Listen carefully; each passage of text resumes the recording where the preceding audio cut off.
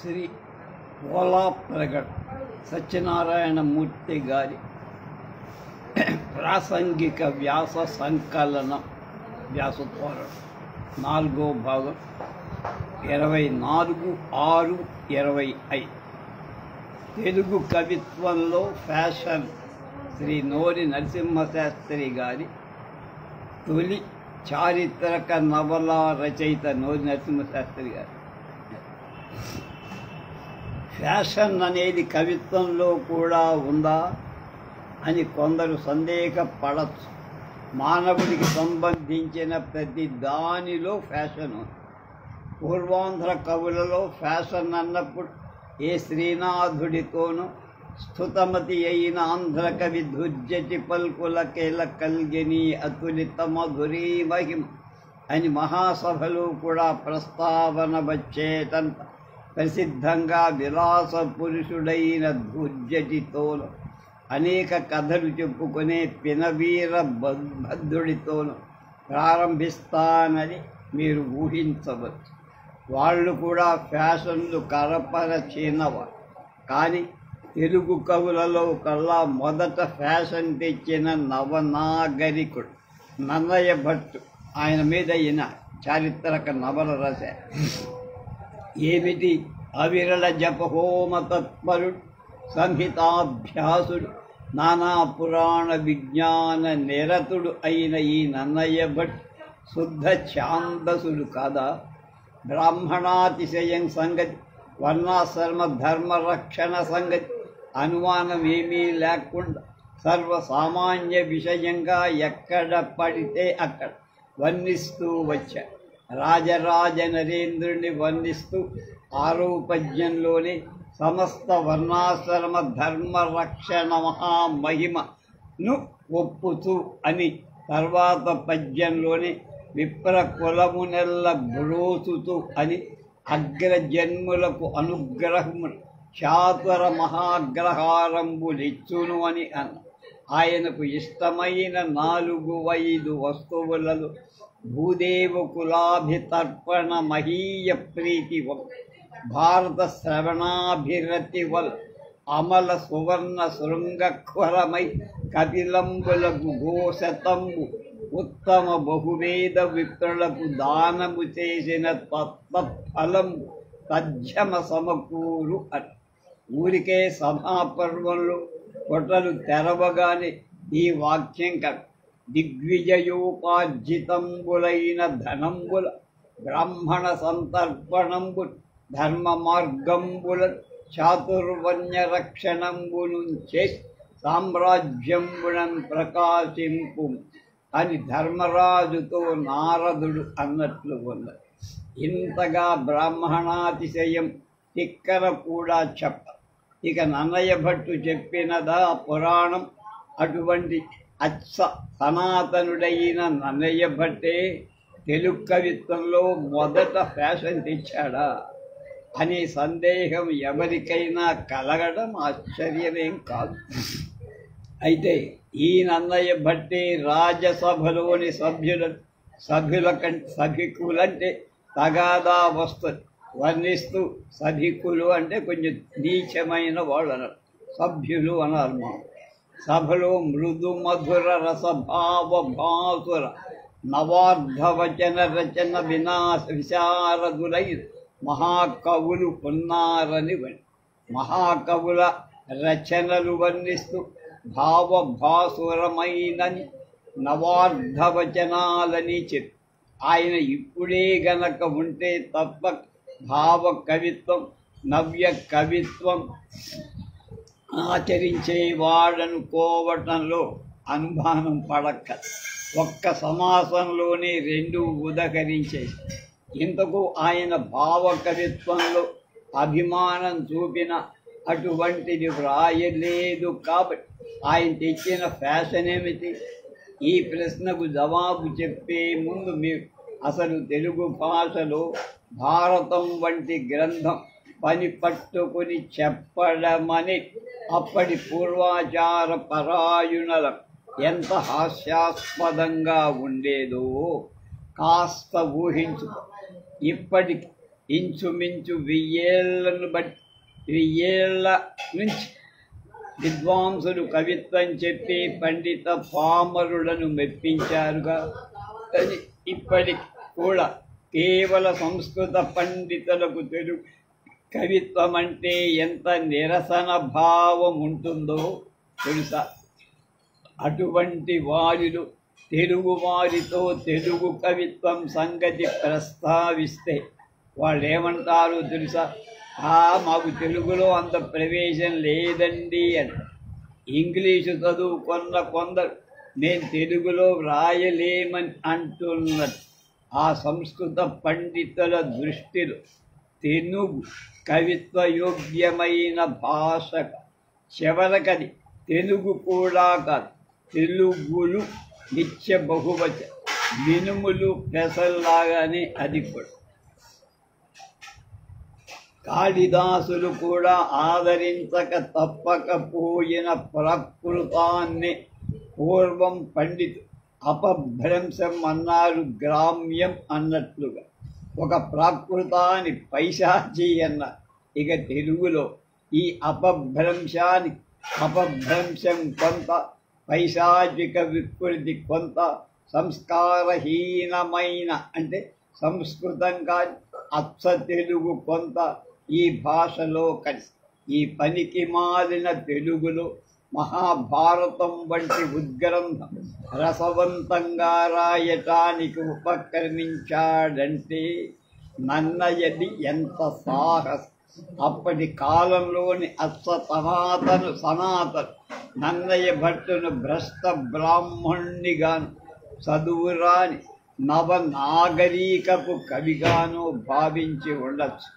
ఇంత ఎందుకు, ఆయన రాజాశ్రయం సంపాదించి తెలుగులో కూడా పుస్తకం రాస్తున్నాడంటే ఇప్పటి కాలపు కవిత్వం చదవకుండానే, కవులు ఎవరో తెలియకుండానే హేళన చేసే పూర్వ పండితులు పండితమన్యులు లేరా? అట్లాగే ఆ కాలపు పెద్దలు నన్నయ్య భట్టుని ఏమని హేళన చేశారు? వ్యాస మహర్షి చెప్పిన మహాభారతం తెలుగులో రసవత్తంగా రాస్తారట ఈ బ్రాహ్మణుడు అని. అయితే ఆ బ్రాహ్మణుడు పురాణాలు తిరిగించే ఫ్యాషనే నిరాఘాటంగా కొంతకాలం పాటు సాగిపోయి రైలు, విమానాలు వంటి రయ సాధనాలేవి ఆ పూర్వపు రోజుల్లో ఫ్యాషన్లు కూడా ఇప్పుడంత తొందరగా మారేవి కావు.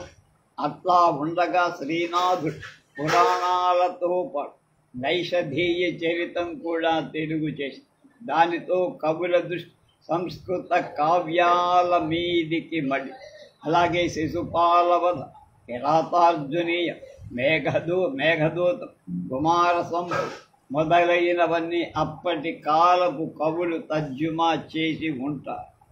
ఇంతలోనే ఈ తర్జుమాలెందుకు? ఇతివృత్తం కాస్త పూర్వబుద్ధి పెట్టుకొని మనమే స్వతంత్ర కావుల వాళ్ళే కావ్యాలు రాసేదేమా అని ఒకరికి బుద్ధి పుట్టి, ఎవరికి ఆ బుద్ధి ముందు పుట్టిందో చెప్పలేం. కానీ తెలుగుదేశంలో ఈ రకం కావ్యాలు ఫ్యాషన్ చేసి పెట్టింది పెద్దన్నగారు. వీటికి ప్రబంధాలను పేరు రావటం కూడా ఒక ఫ్యాషనే. ఈ ప్రబంధాల్లో శ్లేషపద్యాలు చేసి ప్రతి పద్యాన్ని సానలు తీరిన జాతిరత్నం చేసి రామరాజభూషణ్ వసుచరిత్ర చెప్పి శ్లేష కవిత్వం ఫ్యాషన్లోకి తెచ్చేశారు. అందుమీద పిల్ల వసుచరిత్రలు చాలా పుట్టుకొచ్చాయి. భట్టుమూర్తి వ్రాసిన పుస్తకాన్ని మించాలని పింగళి సూరన్ రాఘవ పాండవీయం వ్రాసి ఒక్క కావ్యంలో 2 కథలు, 2 ఎడ్ల బండిలాగా నడిపించే కొత్త ఫ్యాషన్ కాదు, 2 బళ్లకు ఒంటెద్దు కట్టి నడిపించే ఫ్యాషన్ తెచ్చారు. అక్కడి నుంచి నలయాదవ, రాఘవ, పాండవీయ వగైరా ఒంటెద్దుకు 4 బళ్ళు 5 బళ్ళు కట్టి తోలడం సాగించారు. ఇది ఇలా ఉండగా ఒక పనిలేని కవికి అచ్చ తెలుగు కావ్యం రాయాలని బుద్ధి పుట్టి రాస్తే ఇంకొకడు నిర్యోష్య కావ్యం. అలా ఎవరి ఊహ కొద్దీ వాళ్ళ కొత్త కొత్త ఫ్యాషన్ తెలుగు కవిత్వంలో వెదజల్లసాగాయి. ఇదంతా భవి కవుల సంగతి. ఈ రకంగా భవి కవులంతా కవిత్వ సంసార సాగరంలో పడి తన్నుకులాడుతుంటే శివ కవులు వారి దోబన వాళ్ళు కొత్త ఫ్యాషన్లు కవిత్వంలోకి తీసుకురావటం మొదలుపెట్టారు. సోమనాథుడు బసవ పురాణం ద్విపద కావ్యంగా జాను తెలుగులో వ్రాసింది మొదలు. శివకవులు తెలుగులో ద్విపద సంస్కృత పురాణాలు అనుష్ఠుకు పర్యాయమైపోయి వీళ్ళు ఇంకా ఎన్నెన్ని రకాలు పదాలు పాటలు ఫ్యాషన్ చేసేసి ఇవి చాలా భాగం కాలగర్భంలో కలిసిపోయి తిక్కన సోమయాజి ఆయన పితృదేవతను ముందు పెట్టుకొని హరిహరనాథుడు ప్రత్యక్షమై భారతం పూర్తి చేయమని భక్తాగ్రేసరుడైన పోతన్ గోదావరిలో గ్రహణ స్నానం చేసి ఉంటే దివాస్వప్నంలో శ్రీరామచంద్రమూర్తి ప్రత్యక్షమై భాగవతం తెలుగులో రాయమని తర్వాత కొద్ది కాలానికి కళింగ యాత్రకు పోతున్న కృష్ణదేవరాయలు శ్రీకాకుళనాథుడు ఆంధ్రనాథుడు స్వప్నంలో సాక్షాత్కరి శ్రీ వెంకటేశ్వరుడి పేరు ఆముక్తమాల్యద రాయమని అప్పటికి కృష్ణాష్టమి నాటి రాత్రి కామేపల్లి చక్కరపాణి కలలో కలపడి చెప్పి మర్నాటికి మతంగ నివాసి అయిన బ్రాహ్మణుని ద్వారా 500 సంవత్సరాల నాడు పోయిన పుస్తకం పంపించాడు. కవి కలలో కృష్ణుడి చెప్పిన మాటలు అసందర్భంగా ఉన్నాయని మన నవ్య విమర్శకులను, కానీ అది అప్రస్తుతం. ఇక కంకంటి పాపరాజుకు భగవంతుడు ప్రత్యక్షమై ఉత్తర రామాయణం రాయమని నా విష్ణు పృథివీపతి అన్నట్టు నా భక్త కవిశేఖరాత్ అని వాడికలోకి వచ్చి ఉంటుంది. ఇక ఆ పైన తాము వ్రాసిన కావ్యం కృతి పొందటానికి సిద్ధపడ్డ ప్రభువులు మంత్రులు దండనాథుడు దొరకని ప్రతి కవి భగవంతుడు కథలో ప్రత్యక్షమై తన పేర పుస్తకాలు రాయించుక దీన్ని బట్టి భగవంతుడికి తెలుగు భాష మీద ఎంత అభిమానమో రుజువు. ఇక చివరకు నా 14వ ఏటనో 15వ ఏటనో నేను వ్రాయ ప్రారంభించిన ప్రబంధం కూడా కృష్ణమూర్తి కోరిక వల్ల ఆయనకే అంకితం చేసినట్టు నాకు జ్ఞాపకం. ఈ మనుజేశ్వరాధములకిచ్చి పురంబులు వాహనములు నాకెందుకనుక ఆ ప్రబంధం అంకితం పుచ్చుకోవటానికి అంతకంటే తెలివిబాదిన వాడు నాకు అప్పట్లో దొరకల. ఆ ప్రబంధం ఏది అని ఎవరైనా అడుగుతారే. శ్రీ శివశంకర శాస్త్రి నా చేత ఒక చిన్న ఏకాహం చేయించారు. అందులో ఆయనే స్వయంగా హోతగా ఉండి ఆ ప్రబంధం అగ్నిహోత్రుడికి ఆహుతి చేయి హవ్యవాహనుడి ద్వారా శ్రీ మహావిష్ణువు తిరుహస్తాలకు అందేట్టు చేశారు.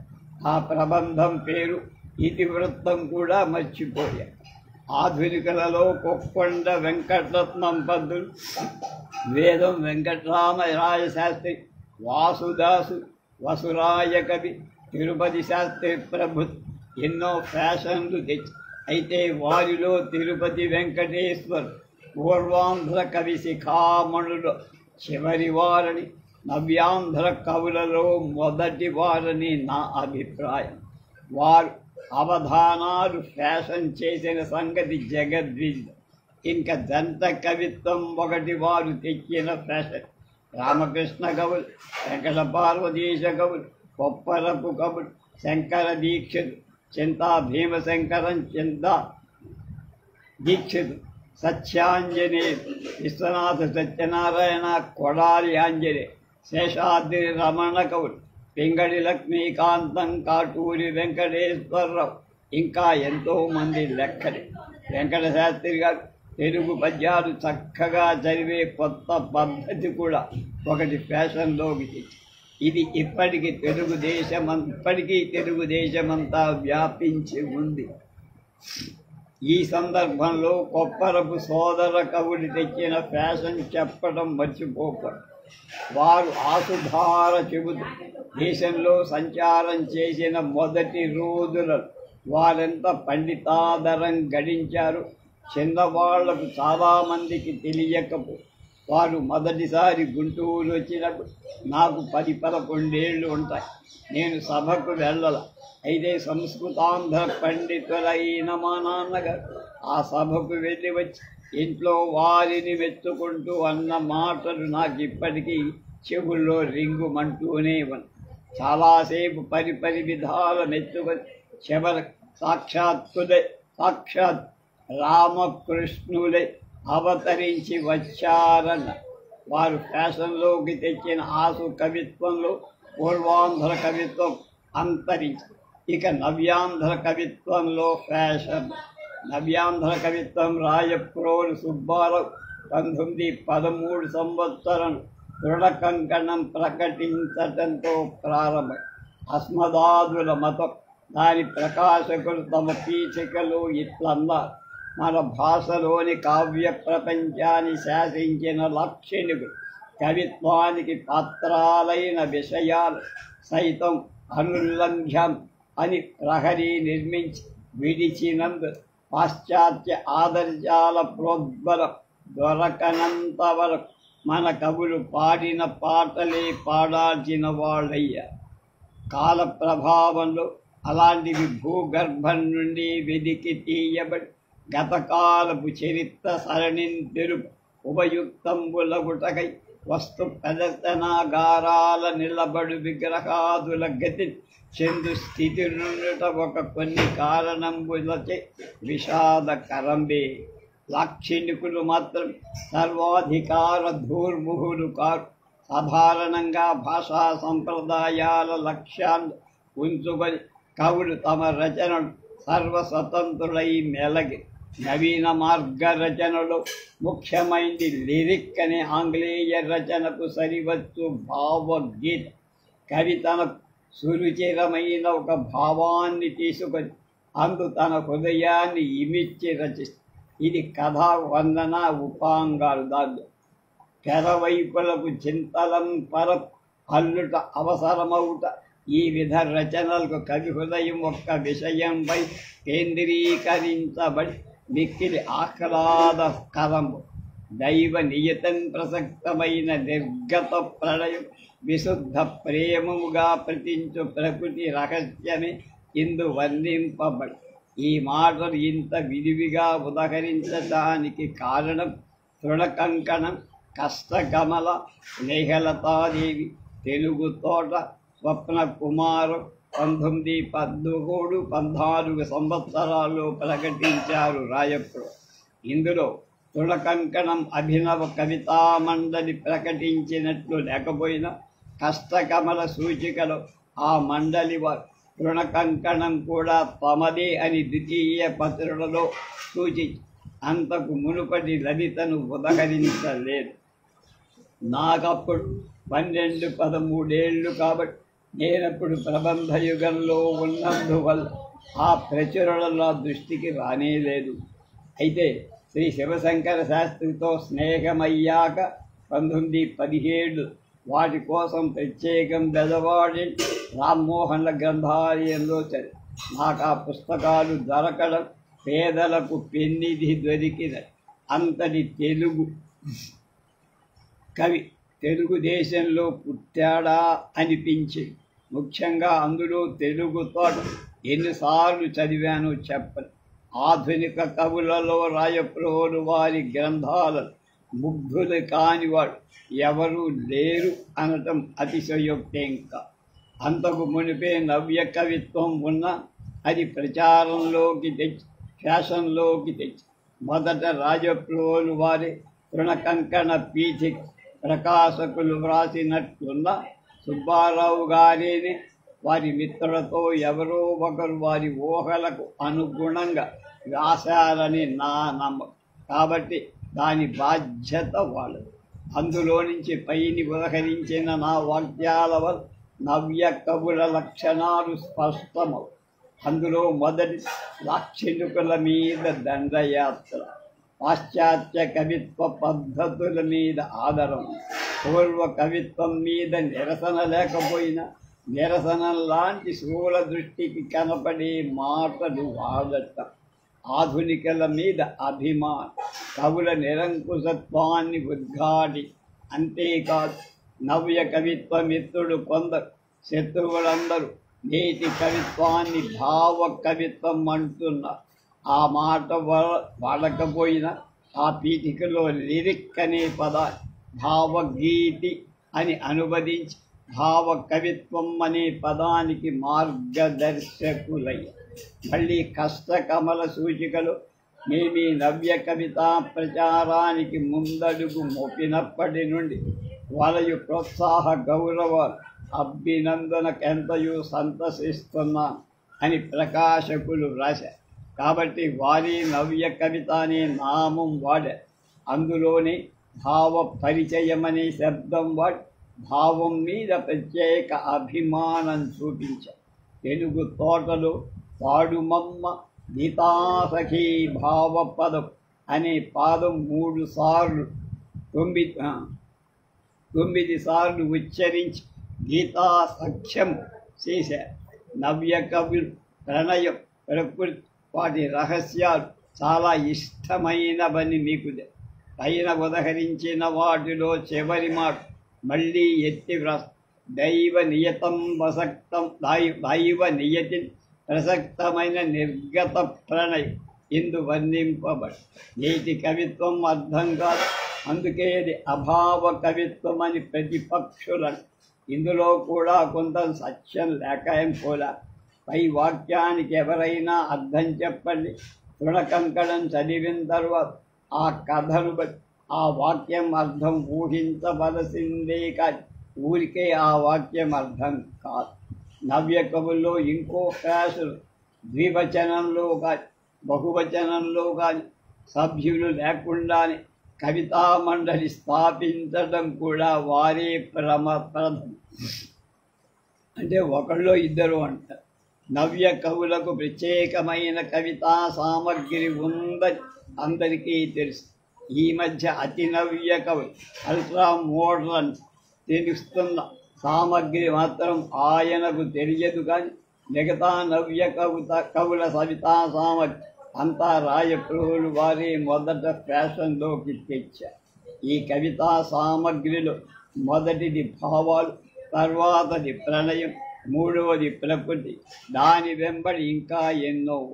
కోయిల ఒకటి, కోయిల మీద పద్యాలు రాయని నవ్య కవి లేడు. ఇక నీరద కుమారుడు, కుమారహరిణుడు, కవి కుమారుడు, మాధుకర కుమారుడు, బ్రాహ్మణ కుమారుడు, లేకొల్ల కుమరి, ఇలా ఎందుకు కుమార శబ్దం ఎన్నిసార్లు వస్తుందో అన్ని చోట్ల వాడేసేసి. ఇంకా కవితా సామగ్రిలో పూదోటలు, మావి చెగుళ్ళు, శిరీష పుష్పాలు, మధు, లతలు, కన్నెలు, రాధ, కృష్ణుడు ఇవన్నీ రాయప్రభువులు వారు తెచ్చిన ఫ్యాషన్లే. నవ్య కవులకు శైలి మీద అభిమానం ఫ్యాషన్ చేసింది కూడా వాడు. చివరకు మాటలన్నీ అర్థమైన భావం గోచరించకుండా చెప్పే కవిత్వానికి కూడా వారే అక్కడక్కడ దారి చూపించారు. వారి తెలుగు తోట అనే కావ్యం నాకు అభిమానమై అందులో పూర్తిగా తేటగీతే వాడారు. తేటగీతులో ఉన్న సొగసు అంతా వారు అందులో చూపారు. ఆధునిక కవిత్వం అంటే తేటగీతాలు రాయటమా అని మా నాన్న అడిగేవారు. ఆ ప్రశ్న తోచింది మా నాన్నగారికి ఒక్కరికే కాదనుకుంటా.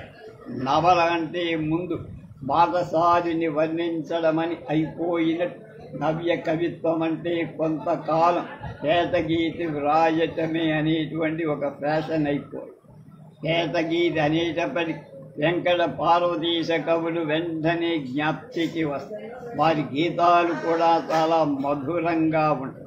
అయితే వారు తేటగీతి రచనలో కొత్త ఫ్యాషన్ తెచ్చి ఎంత ఆనందమున్నదో ఎవరికెరు, ఎంత సంతోషమున్నదో ఎవరికెరు, ఎంత ఆహ్లాదమున్నదో ఎవరికెరు, ఎంత ఆమోదమున్నదో ఎవరికెరు, ఎంత హర్షం బందున్నదో ఎవరికి. ఈ విధంగా ఒక్క మాట మార్పుతో హాయిగా పంక్తులకు పంక్తులు, పేజీలకు పేజీ పెరిగిపోయేట్టు గీతాలు అల్లడంలో లెక్కల్లడం లోకానికి నేర్పు. ఇంకో పద్ధతి కూడా పద్యాల అల్లికలో తెచ్చారు. మధుర చంద్రికలలో మధురామృతం, మధురామృతంబులో మధుర రసం, మధుర రసంబులో మధుర భావం, మధుర భావంబులో మధుర రూపం, మధుర రూపంబులో మధుర తేయం.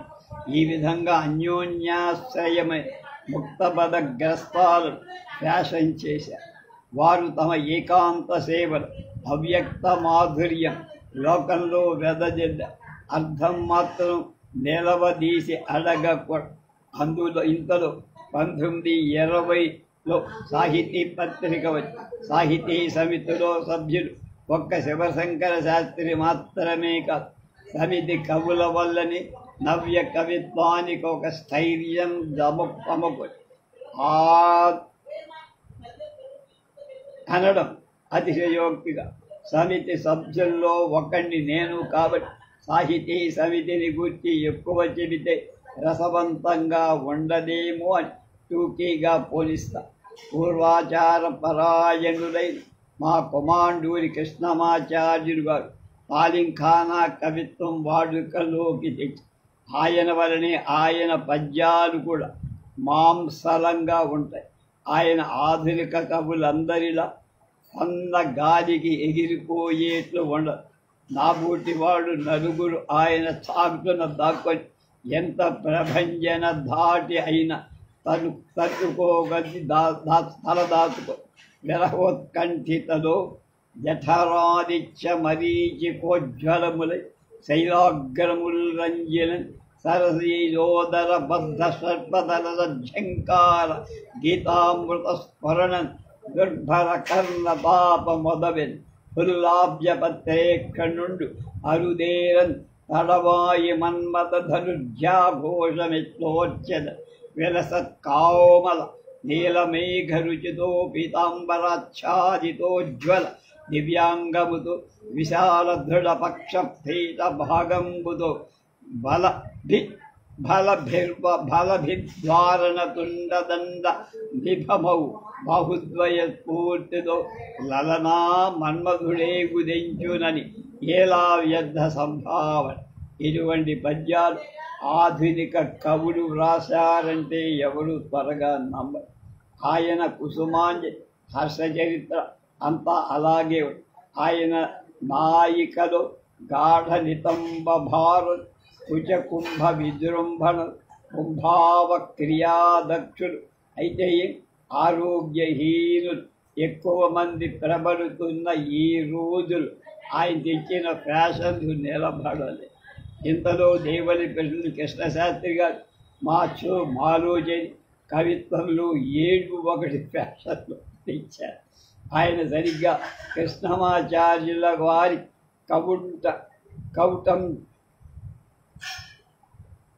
Counter part. ఆయన కృష్ణపక్షం ఎరగని వారెవరు. అయితే దానికంటే ముందు కన్నీరనే పుస్తకం రాశారు. అందులో పాటలు సర్వసామాన్యంగా తెలుగుదేశంలో బ్రాహ్మణ సమాజ మతస్థుల బ్రహ్మ సమాజ మతస్థులు అంతా పాడుతూ ఉంటారు. అక్కడి నుంచి కవులంతా ప్రళయంతో పాటు ఏడుపు కూడా లాగించేశారు. ఇప్పుడు కృష్ణశాస్త్రి చాలించిన ఇప్పటికీ పత్రికలో ఏడుపు వినపడుతూనే ఉంది. పెద్దన్న ఏడ్చాడు, తిమ్మన్న ఏడ్చాడు, భట్టుమూర్తి ఏడ్చాడు, శ్రీనాథుడు ఏడ్చాడు. దేవులపల్లి వారితో పాటు ఏడవని నవ్య కవి. కానీ కృష్ణశాస్త్రి గారు అందులో స్పెషల్.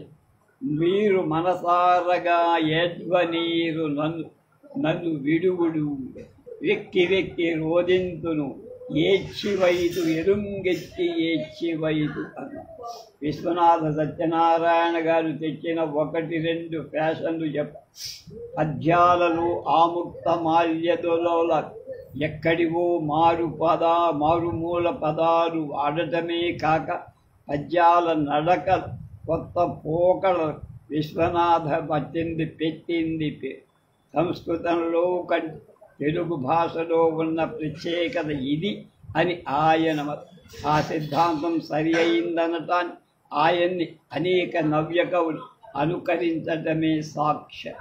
ఇట్లా వీరంతా భావాలు ఎలా ఉన్నా భాష మాత్రం గ్రాంధిక భాష అనండి, కృతక భాష అనండి, ఆ భాషలో పూర్వాంధ్ర కవిత్వాల్లో భవి కవులతో పాటు శివ కవులు ఉన్నట్లుగానే ఇంకొక రకం కవిత్వం కూడా సుబ్బారావు గారి కవిత్వంతో పాటు బయలు. విరదాల అప్పారావు వ్యావహారిక భాషలో కూడా సరసమైన కవిత్వం చెప్పచ్చని తమ పద్యాల వల్లే రుజువు చేశారు. అందుకు వృత్తాల కంటే దేశీయమైన ఛందస్సు అనుకూలమైనవని వాడుకలో మొదట తెచ్చి మన ఇళ్లలో ప్రతి ముసలమ్మకు వచ్చిన గొమ్మడీదే గోపీదేవి అనే పాట ఉన్నది. అది 14 మాత్రలు గల మాత్రా ఛందస్సు. దాన్ని ముత్యాల సరమని పేరు పెట్టి పేటగీతికి కొత్త పోటీ తెచ్చి వాళ్ళంతా ఇంకా మాత్రా ఛందస్సును కూడా వాడుక చేసి అమ్మలగన్నా అమ్మల్లారా విన్నారమ్మా ఈ కథ పూజారింటను పుట్టను చెన్నది పుత్తడి బొమ్మ పూర్ణమ్మ కొండకి నడుమ కోనొకటున్నది కోనకి నడుమ పొదనొకటున్నది పొదని మధ్యను కోవెల లోపల వెలసను బంగారు దుర్గ ఆయా వేళల పూసే పువ్వులు ఆయా వేళలు అందించి బంగారు దుర్గను భక్తితో కొలిచెను పుత్తడి బొమ్మ పూర్ణమ్మ. ఈ ధోరణిలోనే బసవరాజు అప్పారావు కూడా పాటలు వ్రాయడం మొదలుపెట్టి చివరకు నండూరి సుబ్బారావు వచ్చి శిష్ట వ్యవహారిక భాషలోనే కాక పని పాటలు చేసుకొని జనం మాట్లాడే భాషలో కూడా ఉత్తమ కవిత్వం చెప్పడం సాధ్యమవుతుందని ఎంకి పాటల వల్ల దాని మీద ఎన్ని గాలి దుమారాలు రేగే ఎవరెన్ని తిట్టిన అది నవ్య కవిత్వంలో నిశ్చలంగా నిలిచిపో.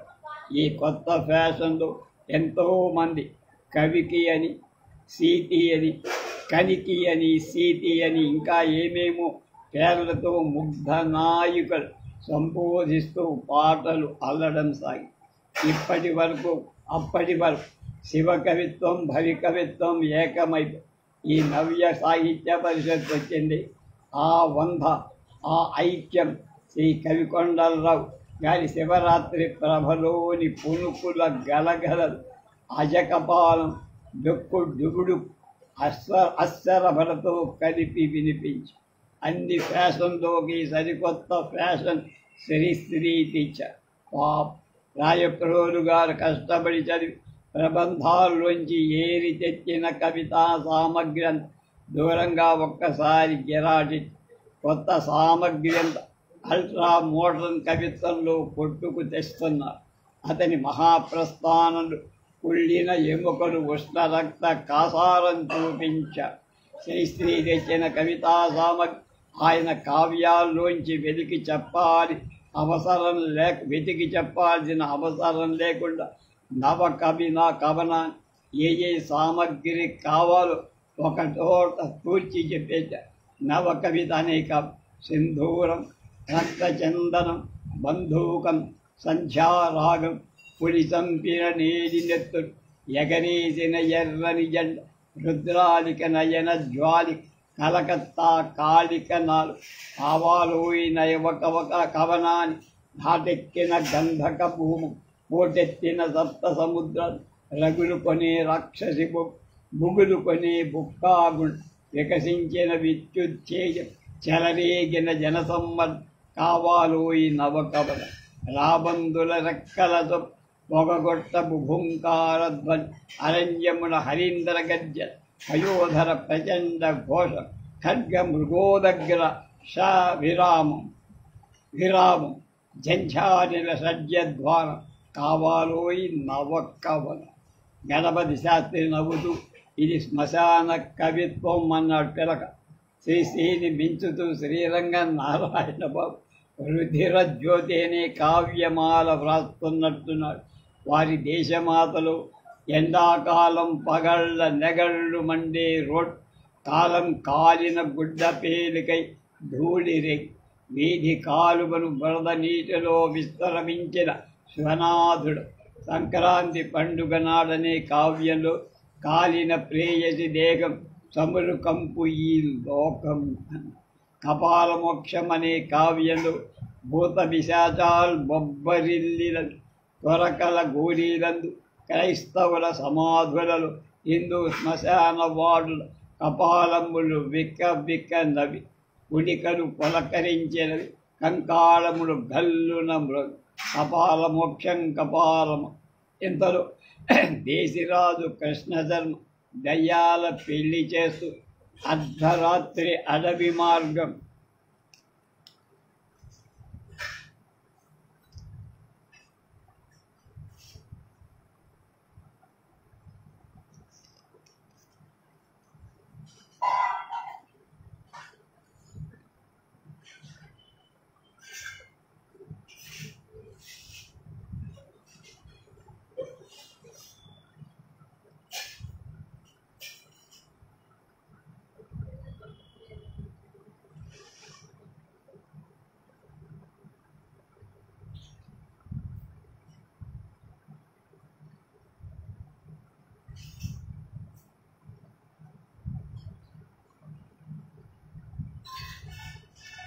అర్ధరాత్రి అడవి మార్గం ఆవడించిన అంధలోకమని దయ్యాలు భూతాలు ప్రేత పిశాచాలు శాకినుడు ఢాకినుడు కామినుడు భైరవు బ్రహ్మరాక్షసి తండ్రి భ్రూణహచ్చలత వీళ్ళ చేత హే హే భాయి హోహో భాయ్ అహోహం అహోహోం అనిపించి భవిష్యత్తులో చింతల్ల తోపుడు జన్నించే తొలిపొ మండలు పొదరలు రథతోడి సోదరలు గుబురు కొన్నది కోర్కకు మిగిలిపోయెను తెలిపి వల్ల కాడున పొర్రె పాట పాడి అని ఎంత పూర్వాచార పరాయణులు కూడా ఈ కవిత్వం అనక తప్పదు.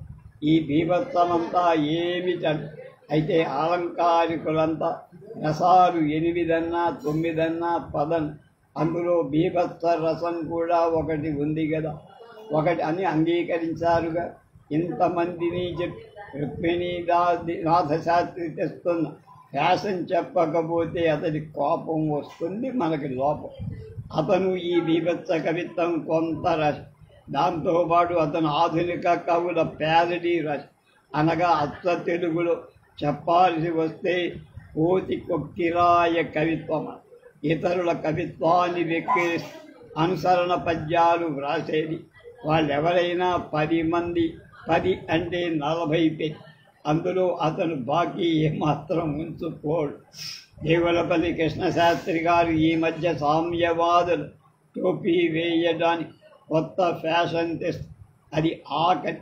వారు ఓర్వశి విడిచి ప్రవాసం చేసి ఇప్పుడు ఆకలి చేపట్టి. అయితే ఇంతమంది ఇన్ని ఫ్యాషన్లు తెస్తే సాహితీ సమితి సభ్యుడైన నేను నువ్వేం తెచ్చావని నన్ను అడుగుతారా? నేనెప్పటికీ ఏ ఫ్యాషను తీసుకోవాలి, కానీ ఒక్కటి మాత్రం ఫ్యాషన్ చెయ్యాలని ప్రయత్నిస్తాను.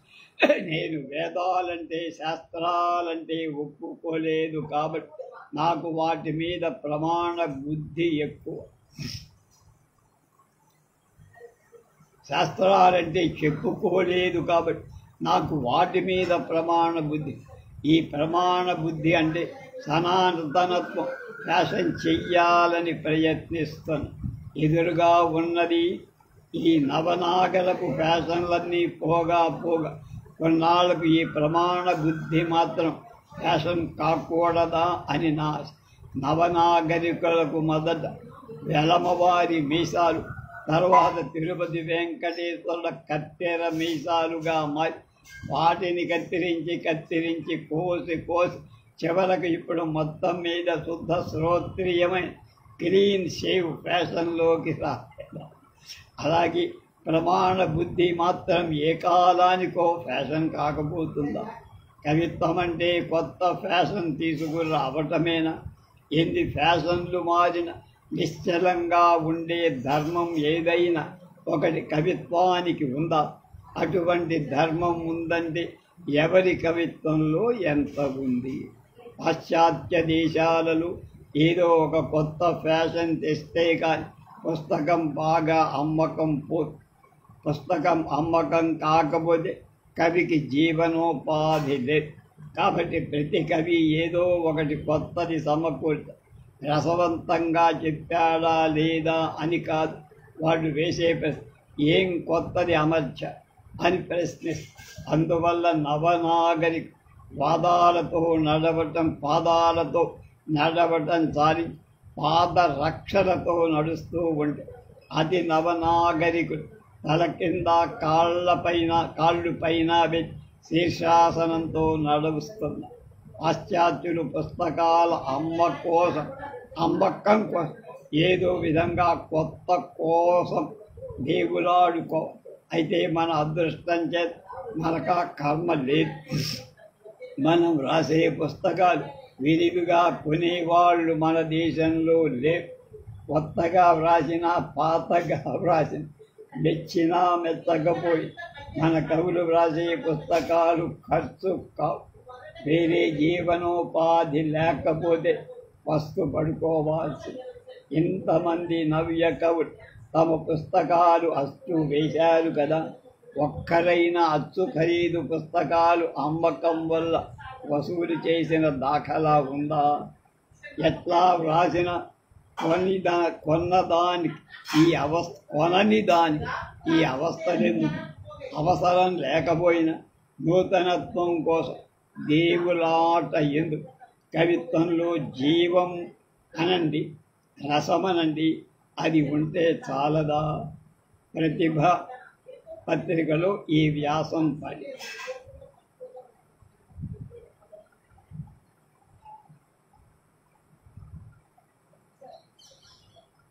నరుడు నారి తెన్నేటి హేమలతాదేవి అనబడే లత. రసికులైన వారు రమణులొకవేళ వంగుటదియు ధర్మభర్త విల్లు నారికెప్పుడు పేర్మయ్యు వంగద చిత్త జాత రూప సింగబ్బు. విల్లు నారికి నరుడు నారికి వంగుతూనే ఉంట. సామాన్యంగా స్త్రీలంటే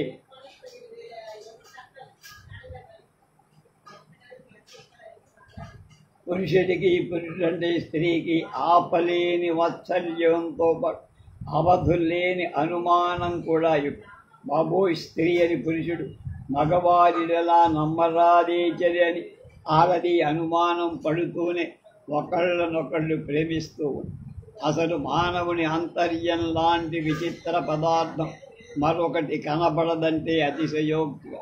ఊపిరి పీల్చడం ఎంత సహజమా, అన్యోన్య ఆకర్షణ కూడా. ఊపిరి పీల్చి బతకటంలో ఎంత హాయి ఉందో అన్యోన్యం ఆధారపడటంలో కూడా అంతే హాయి. అలా కాకుండా స్త్రీ అంటే నమ్మక ద్రోహి అని పురుషుడంటే మోసగాడని స్త్రీ అభిప్రాయం ఏర్పరచుకుంటే మానవ సమాజమే నరకప్రాయము. అందులో తన చుట్టూ తాని ఊపిరి ఆడకుండా నిర్మించుకున్న అనార్కలి సమాధి లాంటి ఈ సమాజంలో మాత్రం నమ్మకం లేకపోతే సుఖమే లేదు. అసలు సుఖమనేది, ఔన్నత్యమనేది మనసులో ఏది మంచి ఏది చెడు అనే వాటికి సరిహద్దు గీతలు కూడా మానవుడి మనస్సులో ఉండవు. ఒకరికి మంచిగా ఉంది, మరొకరికి చెడుగా ఉండదు. ఒకరికి అనుసరణీయమైన ఆచారం మరొకరికి వర్జనీయంగా కనబడు. రసికుడు రమణీమణులు ఒకరినొకరు సందేహించడం అంత మంచిది కాదు. పెళ్లి ఫోటోలో ఒకరి ప్రక్క ఒకరు చిరునవ్వులు నవ్వుదు చూసేవారికి వీళ్ళిద్దరు ఇతర ప్రపంచం బొత్తిగా కనపడడం లేదు. కావును పాపం అనిపించేంత అన్యోన్యంగా ఫోటో తీయించుకుంటా. అంతే, ఆ ఫోటో తీయించుకుంటున్న సమయం 5 నిమిషాలు అయిపోయా. తర్వాత కొన్నాళ్ల వరకు అదే విధంగా ఉంటుంది. ఆ తర్వాత అయ్యగారు విసుక్కోవడం, అమ్మగారు ఏడవడం, ఆ పైన మావాళ్ళు నా గొంతు కోశారని రమణి, మావాళ్ళు నా పీక కత్తిరించారని రమణుడు విలక్షణంగా శోకాలు పెట్టడం. తర్వాత చీ చీ పో పో అనుకో. ప్రస్తుత నాగరికత రసికులు రమణులు ఈ విధంగా అయినా ఉంటారు కానీ ఇంకో విధంగా మార్పు చెందుదామని వాళ్ళు కలలోనైనా అనుకో. అదే తమాష. మణిమాణిక్యం నరసింహారావు గారు రాసినట్టు ప్రతి ఇల్లాలు కాంతల్లాంటిదైతే బాగానే ఉంటుంది, కానీ అలా కాదు. మరి ఎన్ని వ్యాసాలు వ్రాసిన, ఎన్ని ఉపన్యాసాలు దంచిన దాంపత్య జీవితంలో లోటు దంపతులు పూడ్చుకోవాల్సిందే. కానీ వ్యాసాల వల్ల, కథల వల్ల ఈషన్ మాత్రం ప్రయోజనం. అవునుగా అనువు కాని మనువు కాని మనసు లేని సొగసు వృధా. అనువు కాని మనువు, మనసు లేని సొగసు వృధా. ఈ రెండు ఉన్న దరిద్రం ఈతి బాధలు అంత బాధించు. అప్పుడు రసికుడు రమణికి వంగిన, రమణి రసికుడికి దాసోహమన్న కావ్యనాయికి నాయకులే అవుతారు కానీ అపహాస్యాల పాలుక. ఎంత దంపతులైనా ఇంకెంత ప్రేమ జలధిలో మునిగి తేలుతున్న కొన్ని సరిహద్దుల్లోనే వారు రాణిస్తారు. ఆ గీతలు దాటితే ఏ ఒక్కరికి సుఖం. ఒకరి మీద ఒకరి అధికారం కూడా పరిమితమైతేనే మంచి. అధికారం చేసి హక్కులు నిలబెట్టుకోవాలనుకునే వాళ్ళ ఏనాడు సుఖం. ఎవరి పరిధులు వాడు అధిగమించకుండా ఉంటేనే ఆ ఎదుటి వారికి వీరి మీద ప్రేమ, గౌరవం సహజంగానే అధికమవు. అందుకు సందేహమేది. అలా కాకుండా ఒకరినొకరు వంచాలని ప్రయత్నిస్తే జీవిత ధనుస్సులో నారి తెగిపోతుందని మాత్రం మరిచిపోవాలి. ఊహాగానం ఆంధ్రప్రదేశ్. రేపు మతిమరు శ్రీ అప్పజోడు వెంకట సుబ్బయ్య గారి వ్యాసం.